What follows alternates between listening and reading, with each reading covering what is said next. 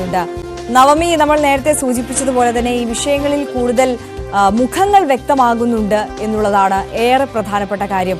ഈ പ്രമുഖർ എന്നത് മാറി അതിനപ്പുറം ചില പേരുകളിലേക്ക് എത്താൻ കഴിയുന്നുണ്ട്. അത് ആ പേരുകൾ ഉറക്കെ പറയാനുള്ള ധൈര്യം കാണിക്കുന്നുണ്ട് എന്നുള്ളത് ഏറെ ശ്രദ്ധേയമായ കാര്യമാണ്. എന്തായാലും നവമിയിലേക്ക് ഞാൻ എത്താം. നവമിയുടെ ടെലിഫോൺ ലൈൻ കട്ടാണ് എന്നുള്ളതാണ് മനസ്സിലാക്കുന്നത്. എന്തായാലും അമ്മ ജനറൽ സെക്രട്ടറി സ്ഥാനത്ത് നിന്ന് നടൻ സിദ്ദിഖ് രാജിവെച്ചിരിക്കുകയാണ്. കഴിഞ്ഞ ദിവസം നമുക്കറിയാവുന്നതുപോലെ തന്നെ നടി രേവതി സമ്പത്താണ് മാധ്യമങ്ങൾക്ക് മുമ്പിൽ എത്തിക്കൊണ്ട് തന്നെ തനിക്ക് നേരിട്ട ദുരനുഭവം വളരെ വ്യക്തമായി തന്നെ പറഞ്ഞത്. ഏകദേശം ഒരു പക്ഷേ പ്രായപൂർത്തിയാകുന്നതിന് മുമ്പ് തന്നെയാണ് നടി രേവതി സമ്പത്ത് ഇത്തരത്തിൽ അതിക്രൂരമായ ഒരു അനുഭവം നടൻ സിദ്ദിഖിൽ നിന്ന് നേരിട്ടത് എന്നുള്ളതുകൂടി അവർ വ്യക്തമാക്കിയിരുന്നു. എന്തായാലും നിയമപരമായ വഴിയിലൂടെ മുന്നോട്ട് പോകുമെന്നുകൂടി സൂചിപ്പിച്ച ഒരു സാഹചര്യത്തിൽ കേസെടുക്കും, ആ കേസുമായി ബന്ധപ്പെട്ട കാര്യങ്ങളൊക്കെ ഉടനടി ഉണ്ടാകും എന്നുള്ളതൊക്കെ നമ്മൾ ചർച്ച ചെയ്തുകൊണ്ടിരിക്കുന്ന സമയത്താണ് ഇത്തരത്തിൽ സിദ്ദിഖിന്റെ രാജിപ്രഖ്യാപനം വന്നിട്ടുള്ളത് എന്നുള്ളതാണ് ഏറെ ശ്രദ്ധേയം. നവമി ദിനേശ് നമുക്കൊപ്പം തുടരുന്നുണ്ട്. നവമി, ഞാൻ നേരത്തെ ചോദിച്ചത് ഇതാണ്, അതായത് കൂടുതൽ ക്ലാരിറ്റി വരുന്നുണ്ട്. അതായത് നേരത്തെ ഈ പ്രമുഖർ എന്നുള്ള കോട്സിൽ നമ്മൾ പറയുന്നതിനപ്പുറം പേരുകൾ പുറത്തേക്ക് വരുന്നുണ്ട് എന്നുള്ളത് വലിയ ആശാവഹമാണല്ലേ?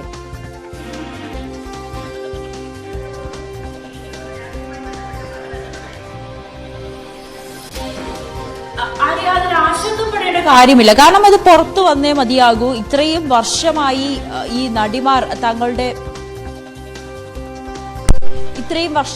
നടികൾ അവരനുഭവിച്ച വേദന, അല്ലെങ്കിൽ അവർ അവഗണിക്കപ്പെടുന്നത്, അല്ലെങ്കിൽ കാസ്റ്റിംഗ് കൗച്ച്, വേതനത്തിലുള്ള വേർതിരിവ്, ഇതെല്ലാം ഈ ഒരു മലയാള സിനിമയിൽ പലരോടും പരാതിപ്പെട്ടിട്ടുണ്ട്. പക്ഷെ അങ്ങനെ പരാതിപ്പെട്ടിട്ടും നടപടിയെടുക്കുന്നില്ല.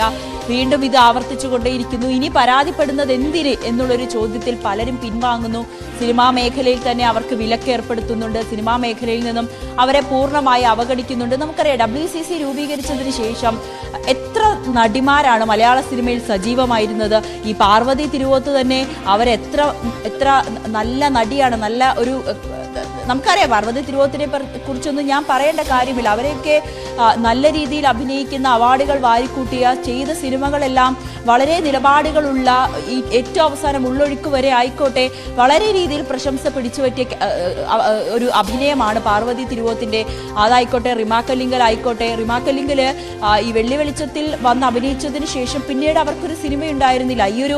ഈ WCC രൂപീകരിച്ചതിന് ശേഷം അവർ ഒരു സിനിമയിൽ മാത്രമാണ് അഭിനയിച്ചത്. രേവതി ആയിക്കോട്ടെ മലയാള സിനിമയിൽ സജീവമല്ല, തമിഴിലും ഹിന്ദിയിലുമാണ് ഇപ്പോൾ അവർ സജീവമായിരിക്കുന്നത്.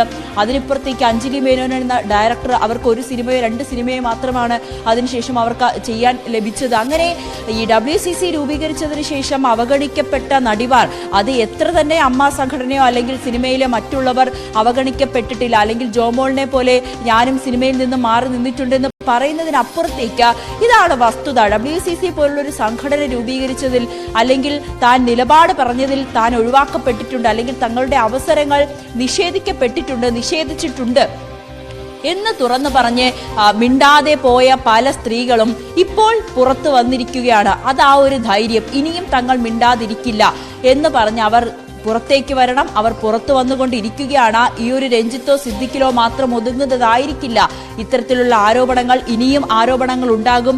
ഹേമ കമ്മിറ്റി റിപ്പോർട്ട്, അതിൽ ഒഴിവാക്കപ്പെട്ട പേജുകൾ, അതിൽ പല പ്രമുഖരുടെയും പേരുകളുണ്ട്.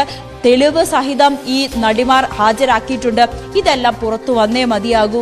അങ്ങനെയെങ്കിൽ ഇനിയും ഈ മലയാള സിനിമയിൽ, അല്ലെങ്കിൽ നമ്മളൊക്കെ ആരാധിക്കുന്ന, നമ്മളൊക്കെ റോൾ മോഡലായി കാണുന്ന ഒരുപാട് പേരുടെ മുഖംമൂടി അഴിഞ്ഞു വീഴും. അതിൽ യാതൊരു തർക്കവുമില്ല. ഇനി ഏറ്റവും പ്രധാനപ്പെട്ട കാര്യം ഹൈക്കോടതിയുടെ ഒരു നിരീക്ഷണമാണ്, അല്ലെങ്കിൽ ഹൈക്കോടതി എന്ത് പറയുമെന്നാണ് അടുത്തതായി നമ്മൾ ഉറ്റുനോക്കുന്നത്. അടുത്ത മാസം 10-ാം തീയതി ഹർജി പരിഗണിക്കുമ്പോൾ 2 കാര്യങ്ങളായിരുന്നു പ്രധാനപ്പെട്ടതായി സർക്കാരിനോട് കോടതി പറഞ്ഞത്. ഒന്നാമത്, ഈ ഒരു റിപ്പോർട്ടിന്റെ പൂർണ്ണ രൂപം മുദ്രവെച്ച കവറിൽ ഹാജരാക്കണം. 2, ഈ ഒരു റിപ്പോർട്ട് വന്നതിന് ശേഷം എന്ത് നിലപാട് സ്വീകരിച്ചു എന്ന് സർക്കാർ വ്യക്തമാക്കണം. ഈ 2 കാര്യങ്ങളും സർക്കാരിന് ചെയ്തേ മതിയാകൂ. കോടതിക്ക് മുൻപിൽ മറുപടി നൽകിയേ മതിയാകൂ. അങ്ങനെയെങ്കിൽ പോക്സോ വകുപ്പുകൾ അടക്കം ഇതിൽ, അല്ലെങ്കിൽ പോക്സോ കുറ്റങ്ങൾ അടക്കം ഈ റിപ്പോർട്ടിൽ ഉണ്ടെങ്കിൽ സർക്കാരിന് ഒരു പരാതിക്കാരെയും കാത്തിരിക്കേണ്ട ആവശ്യമില്ല. ഈ ആരോപണ വിധേയനെതിരെ നടപടിയുമായി മുന്നോട്ട് പോയേ മതിയാകൂ. ഇനി ഹൈക്കോടതിയിലാണ് നമ്മുടെ പ്രതീക്ഷ. ഹൈക്കോടതി ഈ ആരോപണ വിധേയരുടെ പേരുകൾ പുറത്തുവിടാൻ എന്ന് തന്നെയാണ് നമ്മളും കരുതുന്നത്. അങ്ങനെ തന്നെ ആകട്ടെ, അതൊക്കെ കോടതിയുടെ രീതിയിലേക്ക് പോകട്ടെ. എങ്കിൽ പോലും ഇന്ന് ഈ സിദ്ദിഖിന്റെ രാജിയിൽ അല്ലെങ്കിൽ രഞ്ജിത്ത് രാജിവെക്കുമെന്നൊക്കെ പറയുന്നുണ്ട്. അതിലൊക്കെ എത്തിക്കുന്ന സ്ത്രീകളുടെ ആ ഒരു നിലപാട് അല്ലെങ്കിൽ ആ ഒരു ധൈര്യത്തോടെ ഇനിയും അവഗണിക്കപ്പെട്ട അല്ലെങ്കിൽ അതിക്രമം നേരിട്ട സ്ത്രീകൾ മുന്നിലേക്ക് വന്ന് അവരുടെ ഒരു അനുഭവം അല്ലെങ്കിൽ ആ ആരോപണ വിധേയരെ കുറിച്ച് പറയുക തന്നെ വേണം. എങ്കിൽ മാത്രമേ കൂടുതൽ നടപടികൾ അല്ലെങ്കിൽ ഞാൻ നവമിയിലേക്ക് മടങ്ങിയെത്താം. നവമി, ഇപ്പോൾ